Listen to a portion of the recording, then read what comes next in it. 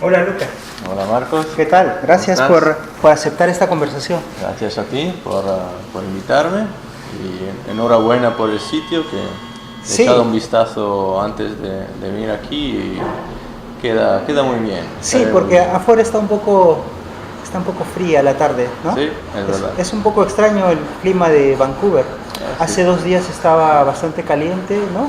Salió sol Y ahora volvió el invierno, y volvió con la lluvia y el Sí, frío. y es muy distinto el clima de Vancouver con el clima de tu ciudad, por ejemplo. Es distinto. Es Es distinto. distinto, no tanto en el sentido que también llueve bastante en mi ciudad. Yo vengo de una pequeña ciudad en el norte de Italia que se llama Lecco. Está ahí cerca más al norte de Milán, Sí, a los pies de los Alpes. Y por eso el invierno también es bastante frío, un claro, poquito es más el frío que norte. aquí, Sí. un poco menos lluvioso, hay un Mm. poquito más de sol. Lo que sí es diferente es el verano, porque es más caluroso. El verano aquí es precioso, Sí. nunca hace demasiado calor, mientras que en mi ciudad en el verano, si hace calor, hace mucho calor y es húmedo, pesado. Sí. Así que el agosto lo prefiero aquí. Sí, sí, igual, yo he vivido en España, bueno, el verano de España también es Caluroso. muy fuerte, muy Fuerte. fuerte. Al mediodía es muy raro ver gente saliendo en pleno Claro, verano. claro, claro. La vida empieza a partir de las 7 de la noche para Sí, por arriba, supuesto. ¿no? La cultura de las terrazas, debe ser lo mismo en Italia, supongo. Sí, Muchas terrazas en las verano. hay. Terrazas o también se vive ya en el verano, se vive más después de de cierto tiempo, se dejan pasar las horas más calurosas antes de salir afuera. Claro, bueno, Luca está haciendo el doctorado en la Universidad en British Columbia. Ha empezado junto conmigo, ¿no? Estamos en el Exactamente, segundo justo año, en el mismo tiempo. justo en el mismo tiempo. Yo recuerdo que a mí me aceptaron muy tarde porque apliqué muy tarde, ¿no? Entonces, cuando yo te encontré la primera vez, yo estaba como perdido porque Sí, había me acuerdo, muchas cosas que hacer. me acuerdo. Y tú siempre que te he visto, incluso en los exámenes más complicados, siempre te he visto muy relajado, muy tranquilo, No como sé, que quizás. dueño de la situación. No sé, quizás, ¿Es tu personalidad quizás o...? aparente, Ah, quizás. pero de repente por dentro estás... Sí, no, digamos que en lo que es la universidad, la experiencia profesional, normalmente no me siento demasiado nervioso cuando Ajá. tengo que presentar o ver a gente o enseñar. Ujú. Así que normalmente sí, me siento bastante cómodo Eres muy haciendo seguro, eso. incluso cuando tú tienes que exponer, porque hemos tenido que exponer en diferentes etapas, ¿no? Sí, sí, sí, sí. En los cursos que hemos llevado, siempre se te ha visto muy seguro. Al menos esa es Sí, mi percepción. eso sí, te digo, es verdad, y creo que es la escuela italiana. ¿Sí? Me explico. Claro. En Italia, diferentemente, con respecto de aquí, hay una diferencia bastante fuerte con la temática de los exámenes. Ok. En mi país, por lo menos cuando yo iba a la escuela, porque ahora ha pasado unos Añitos. añitos, exactamente. Así que lo que puedo decir es que cuando yo iba a la escuela, era muy normal, no cotidianamente, pero casi, tener que enfrentarte a la clase para exponer unas cuantas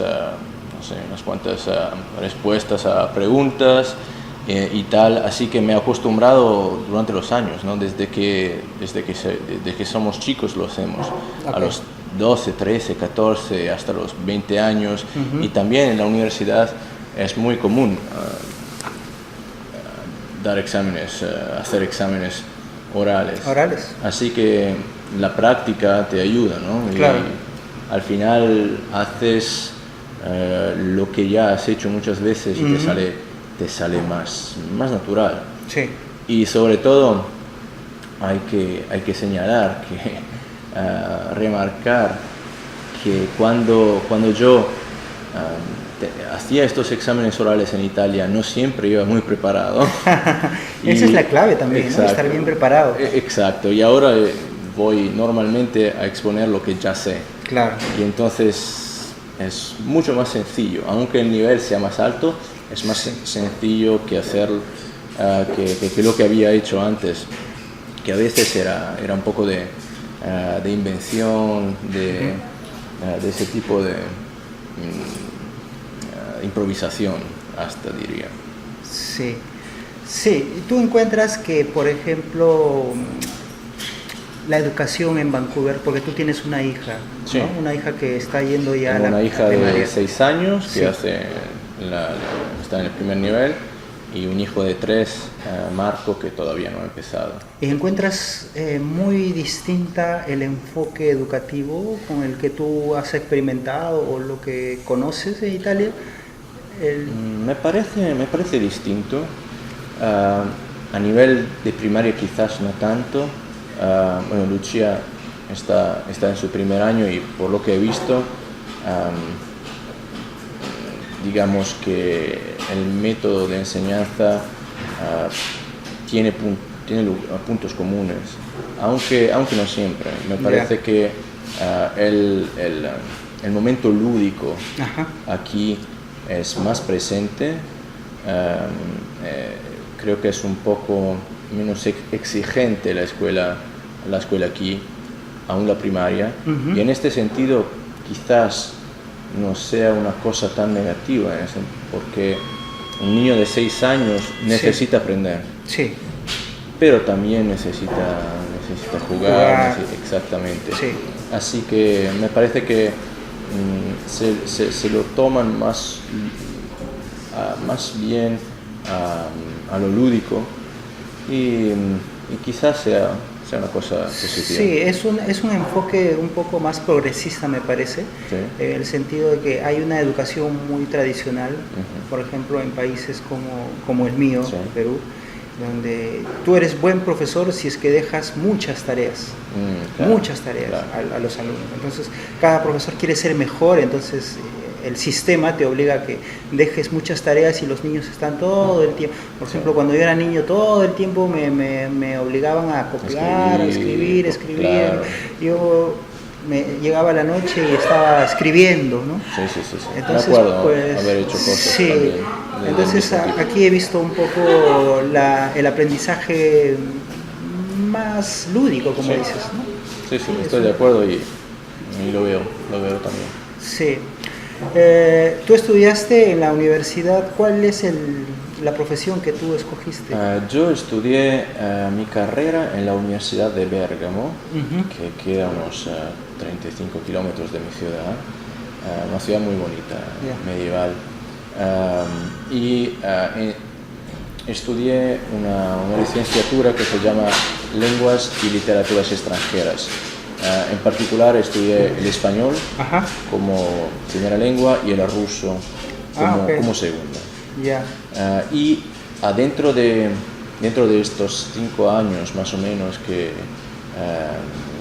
compusieron el corpus de la licenciatura, tuve la suerte de pasar uno de esos años en la Universidad de Salamanca con un proyecto muy popular en Europa que se llama Erasmus. Sí, lo conozco. Que en España mucha gente lo llama Sócrates, pero es la misma cosa. Es Erasmus, ¿no? Sí. ¿En qué consiste? Es muy sencillo. Es una beca proporcionada por la Unión Europea que permite a los estudiantes de estudiar en un país diferente del propio. En mi caso fue España, pero hay muchos países que participan: Francia, Alemania, Finlandia, Polonia, lo que sea, dentro de Europa. La beca no es particularmente sustanciosa, no hay mucho dinero. Sí, pero a esa edad, a los 20 años, que te den una beca. Es justo para ayudar un poco a los gastos, ¿no? De alquiler y tal. Y sobre todo, digamos, te da la opción de poder estudiar efectivamente como si fueras un estudiante de la universidad a donde te has ido, ¿no? Por ese año. Así que si estás, digamos, por ejemplo, en la Universidad de París, vas a tomar cursos y vas a hacer exámenes en la Universidad de París. Y el voto, la nota que te dan, sí, esa nota se va a poner en tu currículum, en tu lista de exámenes. Así que fue una oportunidad muy grande de conocer un país diferente, de conocer gente diferente de todo lado de Europa y del mundo, de aprender bien el español, el castellano, sí. Y es, creo, una de las claves que tenemos nosotros en Europa para conocernos entre nosotros. Sí, definitivamente, es una gran cosa. Yo estuve haciendo la maestría en la Autónoma de Madrid, sí. Entonces pues la cantidad de Erasmus que van circulando de Polonia, Italia, claro, Francia, gente que hace muy poquito, hace 50 años atrás estaba la Segunda Guerra Mundial, era una locura, ¿no? La gente no se conocía muy bien, no se conocía, eran los otros. Exacto, y si se conocía muchas veces era para enfrentarse a un enemigo, ¿no? Sí. Lamentablemente, ¿no? Y esta quizás, y yo lo veo así, lo veo bastante claramente, es una manera de construir una comunidad. Sí, y de alguna manera es una comunidad sólida que se está... Sí, que se está cimentando, ¿no? Sí. En un mundo donde la democracia, estos valores universales de la humanidad no está todavía muy cimentado, ¿no? Claro. ¿No? Porque sí, claro, lo vemos, ¿no? Es la situación odierna del mundo, no es la más saludable, y nuestro continente, que ha habido guerras por siglos y centurias y milenios, tenemos por fin unas cuantas décadas de paz que a nosotros, ¿no?, parece lo normal. Sí. Pero no era normal. Y hace muy poco, los abuelos, exacto, los tatarabuelos. Mi abuelo peleó, por ejemplo, en la guerra. Sí. Y bisabuelos también, así que ya es una condición que, si a nosotros nos parece tan normal, en realidad no fue así por mucho tiempo. Sí, en el caso de Latinoamérica todavía no se ha dado esa posibilidad de circular de estudiantes. Hace muy poquito, hace unos años, están comenzando recién a abrir las fronteras, ¿sí?, a un poco circular, está empezando, sí, a circular la gente, pero de manera como turistas, no tanto como estudiantes, ¿no?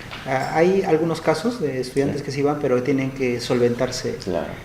Pero esa posibilidad de intercambio, ¿sí?, entre estudiantes sería muy interesante, ¿no? Sería muy interesante por el continente, sí, que, por ejemplo, yo que sé, Mercosur hiciera algo para... Sí, lo que pasa es que todavía todos estos grupos como Mercosur todavía los países están todavía enfrentados, todavía no se terminan de solucionar algunas situaciones territoriales. Yeah. Y el enfoque de educación que se da a países como Perú o Chile o Bolivia está basado en el patriotismo, en el chauvinismo un poco, llegamos a ese ejemplo. Entonces un poco a nuestros amigos, a nuestros vecinos como Chile o Ecuador, todavía nos siguen enseñando que son nuestros enemigos. O sea, todavía estamos en ese nivel, ¿no? O sea, todavía no se ha derribado el muro de las ideologías, ¿no? Ojalá llegue, ¿no? Ojalá llegue, sí, porque aparte, o sea, compartís el mismo idioma, ¿no? Y somos casi lo mismo, claro, con algunas, una historia parecida, con algunas pequeñas diferencias, sí, pero en realidad somos todos parte de una misma cultura, claro. Y divididos. Sí. Absurdamente, ¿no? Absurdamente por poderes políticos, sí, por muchas situaciones históricas que se han dado. Y bueno, tu tesis tiene que ver un poco, tu investigación tiene que ver con esto de la Unión Europea, sí, ¿no? Sí, justamente esto es el enfoque. Ajá. Digamos que todavía estoy en un estado bastante inicial, ¿no? Un estado todavía no bien definido de mi tesis, pero la idea es esa, de estudiar la visión de Europa, la visión de la comunidad europea entendida no como organización, sino como en el sentido más sencillo, o sea, de una comunidad entre países de Europa o entre los europeos, enfocados desde un punto de vista del sur de Europa, Okay. España e Italia. Y entonces la idea es considerar la visión de este territorio tan poco homogéneo que es Europa, visto de dos países periféricos, dos países que a menudo han estado al borde de esta comunidad geográfica, ¿no? Muy destacados de los centros de poderes que tradicionalmente han sido Francia, Inglaterra Sí. y Alemania. Sí. Y lo voy a hacer estudiando, analizando textos del siglo XIX. 19. Exacto. Y entonces voy a estudiar y analizar ensayos, quizás... Es bastante, ¿no? Es amplia la... No sé, el corpus es muy importante, claro. Hasta donde tengo entendido, un corpus para estudiar una tesis de maestría me recomendaban, ¿no? Entre 4 o 5 libros, por ejemplo. Pero si vas a incluir ensayos... Sí, no va sé, a ser... la bibliografía va a ser, creo, bastante amplia, porque aparte hay que investigar bastante, ¿no? No es que haya ensayos que se enfoquen particularmente de manera puntual sobre el tema que yo quiero analizar. Entonces sí. Habrá que escoger un poco de aquí, un poco de allá. Es una tarea que todavía claro. No he empezado, pero creo que va hacia esa dirección. Sí. ¿No has querido considerar Portugal? No lo he querido considerar por varias razones. Una de esas es porque no manejo bien el portugués, no quiero intentar ver las fuentes primarias, claro. Sin tener que ver muchas traducciones, y luego porque ya con Portugal iría el enfoque, tendría que cambiar y centrarse más en la península ibérica, y mientras que yo quiero considerar Italia y España, que son dos países entre sí económicamente, históricamente quizás un poco parecidos con respecto a Portugal, que es un país más pequeño, que siempre ha tenido que, digamos, apoyarse sobre todo a Reino Unido, Inglaterra para el comercio, y entonces el enfoque ya se iría un poco demasiado hacia el oeste. Así que es una pregunta muy interesante, efectivamente, porque habría podido incluirlo, pero me pareció que ya iba a cambiar un poco. Sí, es algo parecido. Por ejemplo, yo quiero trabajar la Amazonía. Entonces, la Amazonía son 6 países. Compartimos la Amazonía 6 países o 7, no recuerdo exactamente. Pero dentro, el país que tiene mayor cantidad de Amazonía es Brasil. Entonces, yo también tengo el problema de que no domino el portugués. Entonces también tengo que leer textos primarios. Entonces también he obviado, ¿no? Porque hay, aparte que hay mucho estudio sobre la Amazonía en Brasil. Entonces también he obviado un poco ese lado, ¿no? Hay algo que a mí como peruano siempre me ha llamado la atención con respecto a Italia, ¿no? El hecho de, por ejemplo, la porca miseria. Es una expresión italiana que se usa mucho. Yo lo leí en el libro de este argentino Robert Dahl, El muñeco rabioso. Ahí son inmigrantes italianos que han hecho como la traducción. Claro. ¿No? Qué vida más puerca, es más o menos la traducción. Sí, a lo que quería ir es España, Portugal, Francia tuvieron muchas colonias, invadieron de manera brutal, ¿no? a los países que pudieron, ¿no? En el caso de Italia fue diferente un poco el flujo hacia las Américas, ¿no? hacia América, sí. Hacia Brasil, hacia Argentina, Perú. Han llegado muchos italianos, pero de distinta manera, más como comerciantes. Comerciantes. Hubo una manera muy distinta de buscar otros territorios, digamos, y otros mercados. Digamos que cuando Italia se unió en la segunda mitad del siglo XIX, se empezaron a pensar también, ¿no? Maneras de expandir el territorio, de tener mercados nuevos. Una de esas maneras es la colonización, ¿no? Ir a otros países y conquistarlos. Y Italia lo hizo en unos pocos casos, digamos. Intentó con Libia, con Eritrea. Y de hecho Eritrea es una de quizás la colonia que más cercana como país estuvo a Italia. Geográficamente también está relativamente cerca, ¿no? No está lejos, cruzando o sea, no está muy cerca, pero no está lejos, o sea, no es como cruzar el Atlántico. Sí. Y eran unos pocos territorios que todavía quedaban libres de la ocupación de los otros países, ¿no? Entonces Italia se fue así de boca para demostrar que también podía hacerlo, ¿no? Le salió, yo creo, más o menos, porque al final no sé, creo que no tuvo verdaderas ventajas en esa aventura.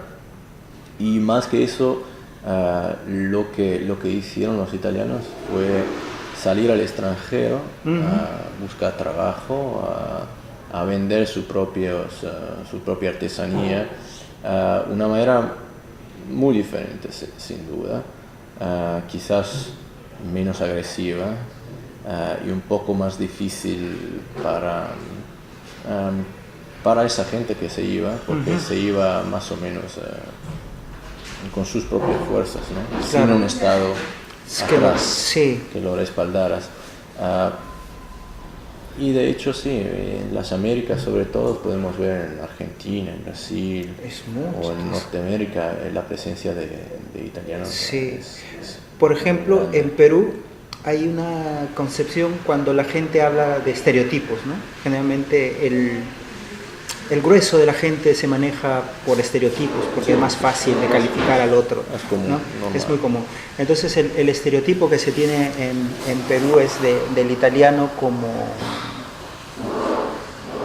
como alguien superior, en el sentido de que, por ejemplo, tú vas a cualquier lugar, en algunos pueblos así alejados en Perú, la gente, para tratar de realzar su linaje, siempre dicen, no, mi abuelo fue italiano.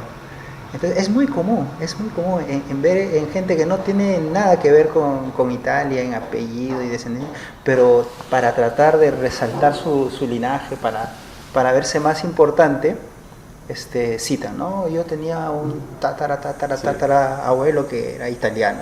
Es muy interesante, ¿no? Porque ves la diferencia, por ejemplo, con la migración hacia Norteamérica, que al principio fue bastante traumática para los inmigrantes, porque los italianos en Norteamérica se consideraban bastante de bajo nivel, ¿no? Sí, y eso fue los primeros años del siglo XX, ¿no? Exactamente. Que empezó toda esta gran inmigración hacia hacia el Sí. norte. Pues sí, es interesante ver, sería quizás se haya hecho un estudio, ¿no?, sobre las diferencias de cómo se acogió ¿Cómo se acogió? el italiano como figura. Sí, ah, en Perú, o sea, el hecho de ser italiano o nombrar a Italia es una cuestión de prestigio, cosa que no sucedió un poco... Sucedió mucho menos, claro, en Norteamérica o Alemania o Bélgica, ¿no?, Sí. o hacia Francia, donde la visión del italiano era bastante más, quizás, negativa, quizás, Sí. que en el sur de América. Sí. Y por ejemplo, ¿tú conoces este nombre, Donofrio? Onofrio. Donofrio. Es un apellido eso, ¿no? Sí, pero Donofrio, por ejemplo, en Perú es algo sumamente importante porque es una empresa de helados.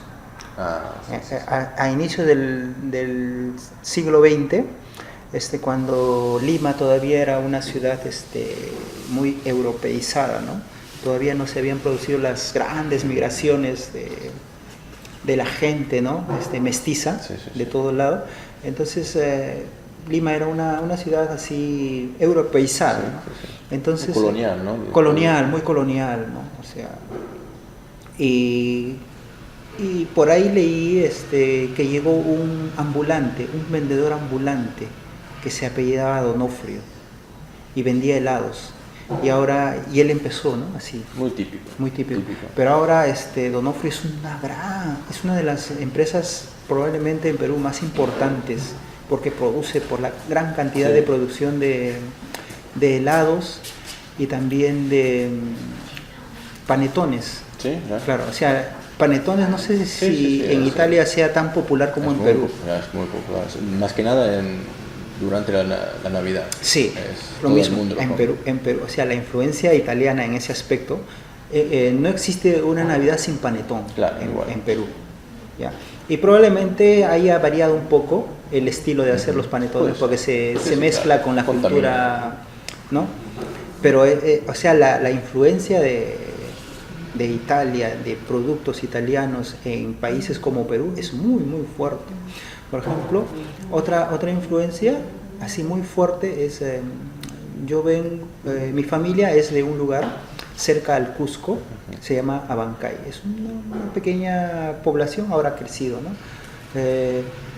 Y uno de los platos típicos es el tallarín con gallina. El tallarín, probablemente llegaron italianos hace mucho tiempo y trajeron el tallarín, pero le han incorporado productos de la región, y uno de los principales productos, o sea, y se presenta como algo típico de la región, es el tallarín con gallina.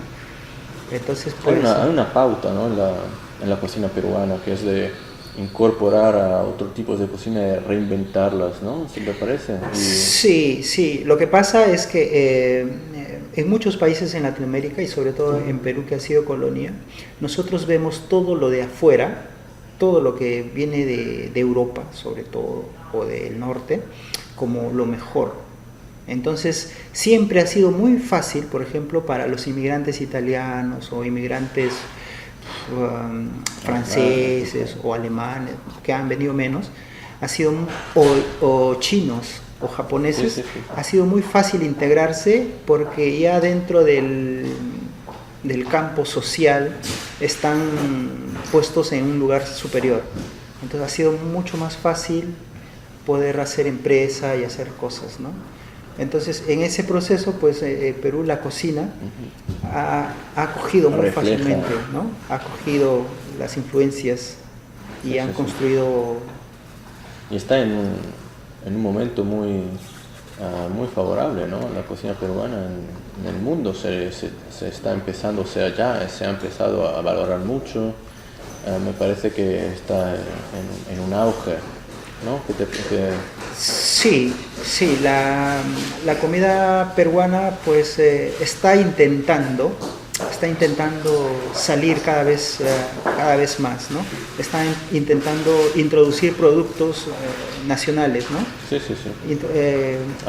Al extranjero, y está empezando, me parece, está empezando.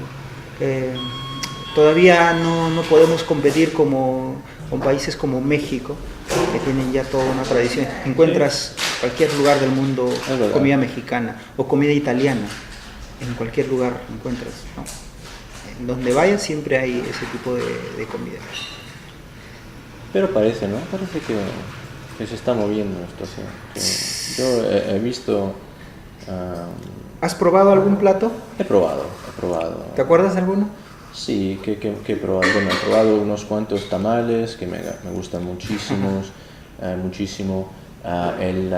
¿Cómo se llama? El seco. El seco de cordero.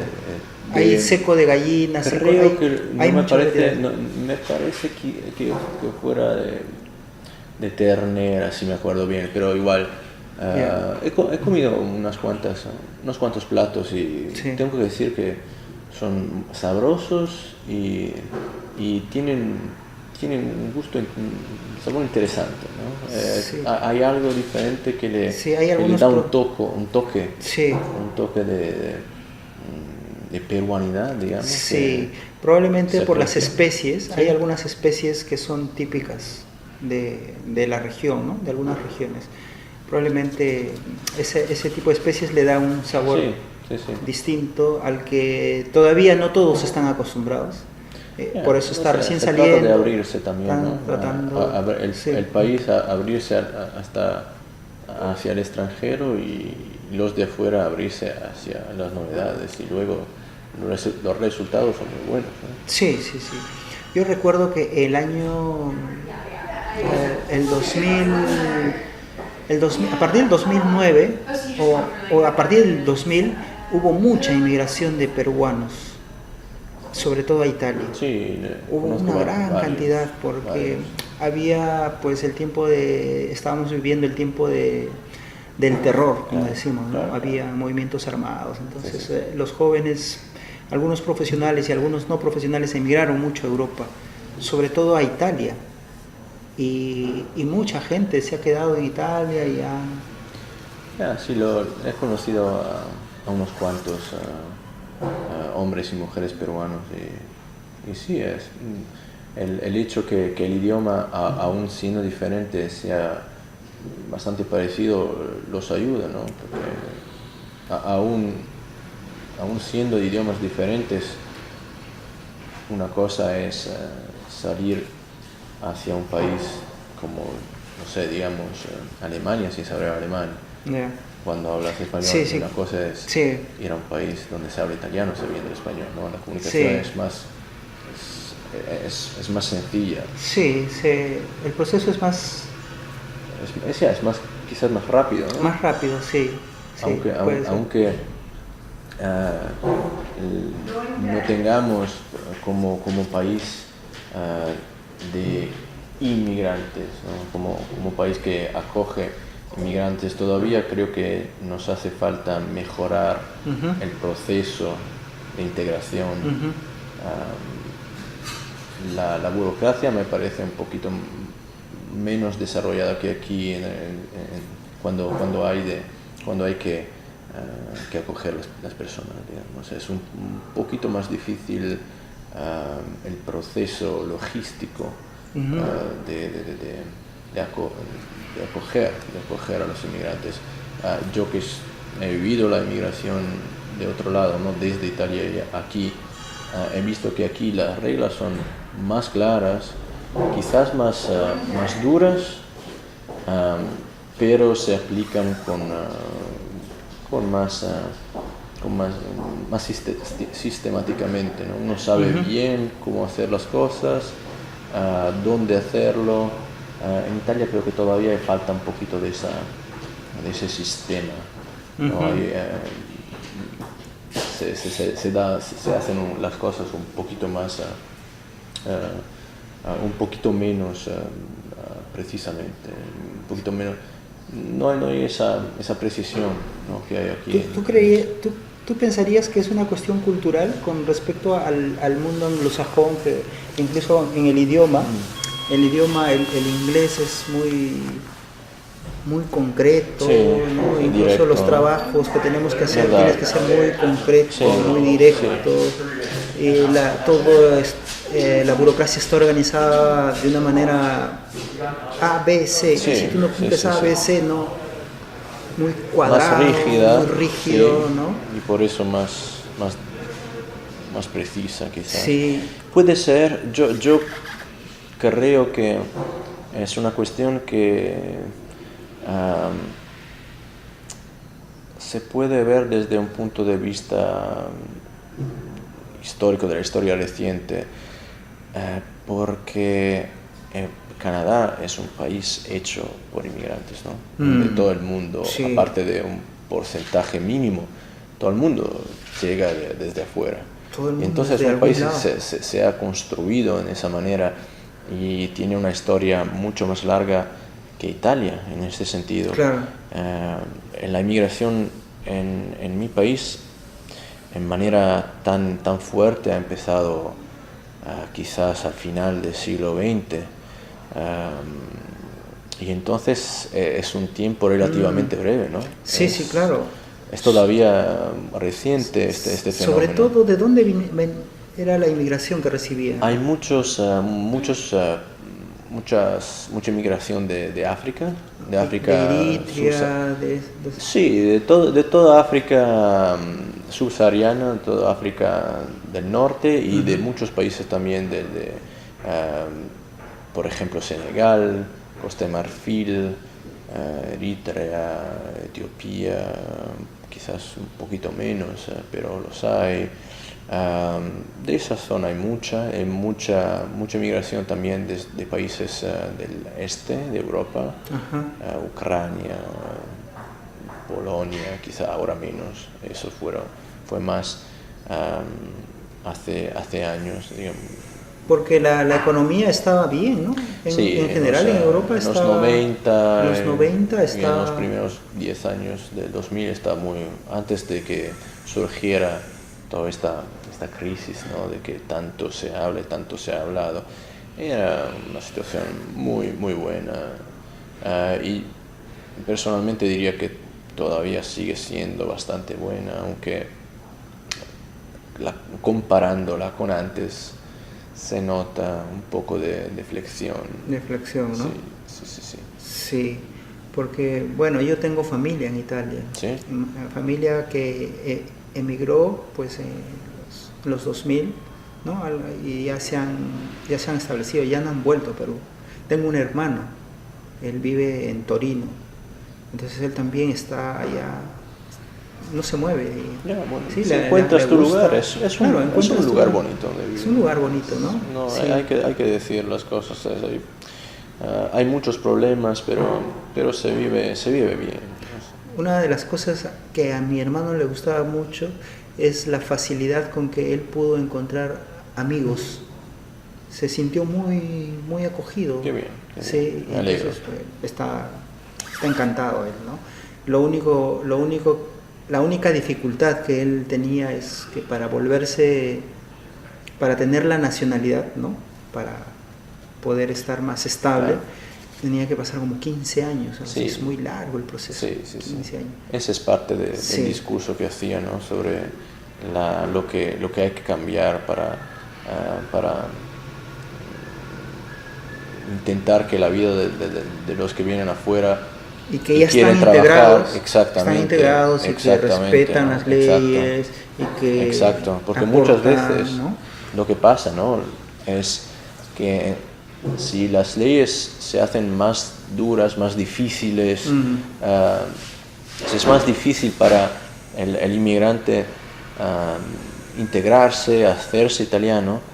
Lo que pasa es que en lugar de ayudarle a él, estás ayudando al que viene con intenciones menos nobles y menos honestas. Claro, ¿no?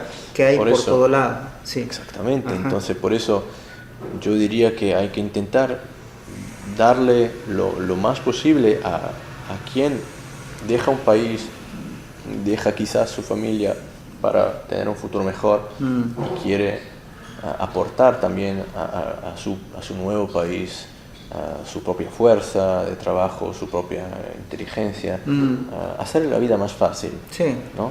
Y quizás de otro lado ser más duro con quien merece, ¿no? Sí, claro, claro. Que seas más duro con él, y no al revés, y no al revés, que es Sí. algo que a veces lamentablemente pasa. Sí. Un libro que te haya marcado. Un libro, bueno, hay varios, ¿no? Hay varios, diría. Ahorita, ¿qué libro se te viene, por ejemplo? Digamos que puedo considerar a dos, digamos, tres libros. Ok. Tres libros muy diferentes entre sí. ¿Cuáles? Un libro es un libro muy conocido de Tolkien, que es El Señor de los Anillos. Ajá. Creo que es un libro muy denso. Es muy denso, ¿no? ¿Cuántos? Es muy una largo. saga.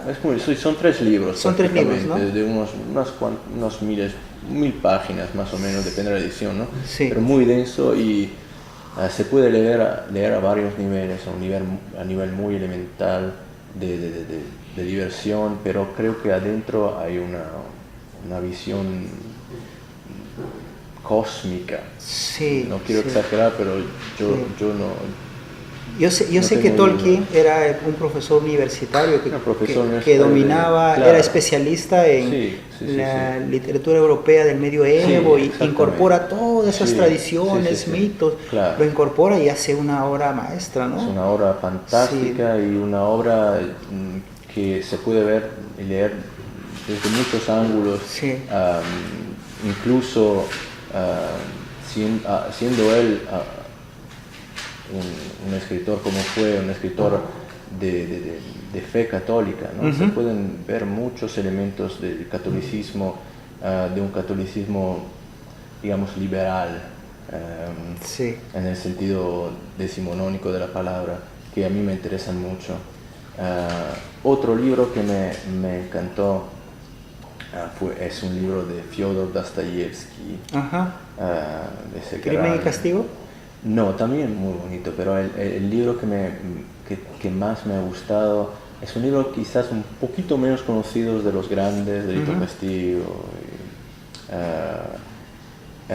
o Idiota, se llama Los Demonios. Los Demonios.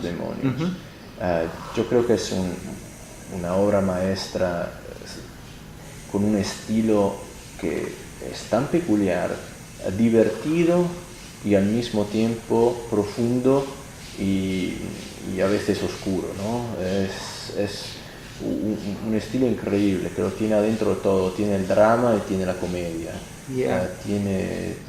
¿Y a qué edad lo leíste ese libro? Yo lo leí a los 21, creo, 22, más o menos. Okay.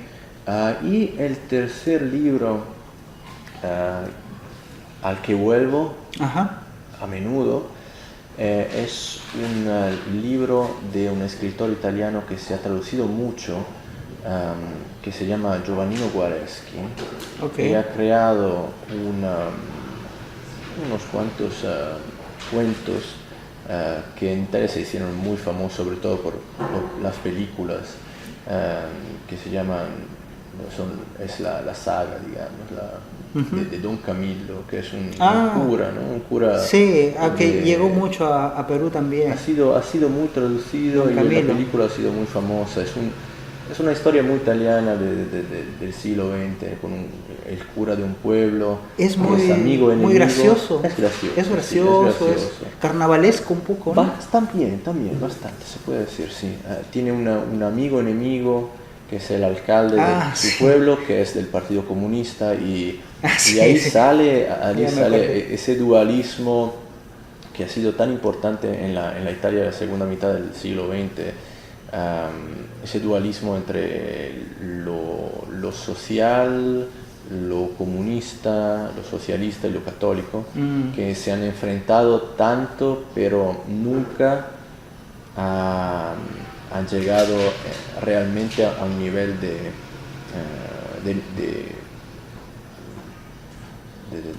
agresividad, de violencia, ¿no? Como ha pasado más en España, por ejemplo, ¿no? Sí, claro, ahí se han matado, los curas que tiraban desde las torres con fusiles, ¿no? Sí. En Italia ha sido muy diferente, mucho más pacífica aún en la...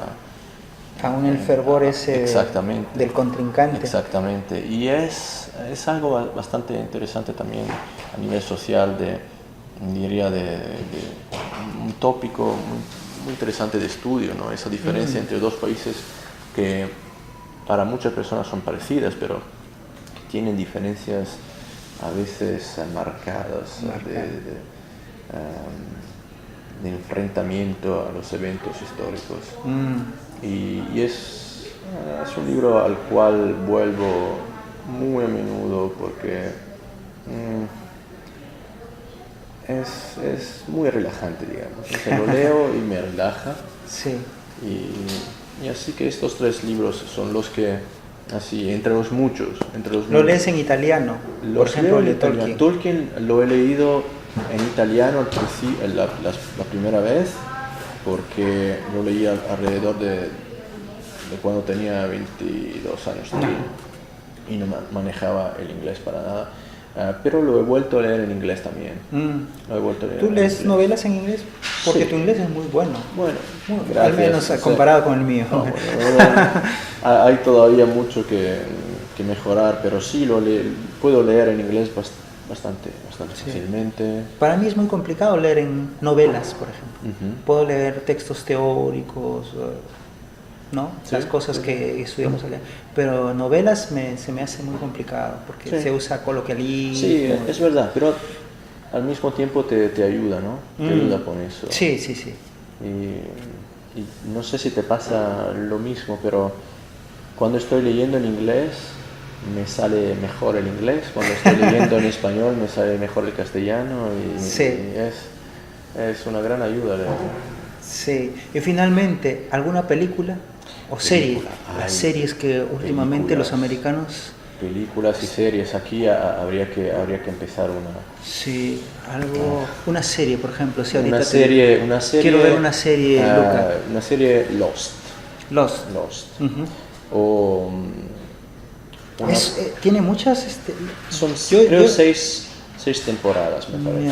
Yo llegué a ver una temporada. Estoy todavía entré al doctorado y ya no puedo ver nada. Claro, es mucho estoy más muy difícil, ocupado. Mucho más difícil. Sí. De películas es muy difícil, pero sí. Si tuviera que decir una ahora como ahora, no podría escoger. Sí, a mí también. Ahorita decirte hay muchas, hay demasiadas. Una película también no me atrevería tampoco. Sí. Hay demasiadas. Sí. Bueno, ¿Luca o Gianluca? Bueno, lo que sea. Mi nombre completo es Gianluca, pero sobre todo afuera de Italia, por conveniencia, me presento como Luca, ¿no? Que es más fácil, más sencillo, no hay problemas de pronunciación, así que más directo. Pero en Italia te dicen Gianluca. Sí, también Luca. ¿Sí? Depende. Se puede usar los dos, sin problemas. Ok, muchas gracias. Gracias a ti, Marcos. Ha sido un gusto. Y seguramente habrá más momentos especiales en los cuales vamos a poder compartir más cosas. Claro, y suerte con este proyecto que me parece interesante y por lo que he visto muy bien hecho. Muchas gracias.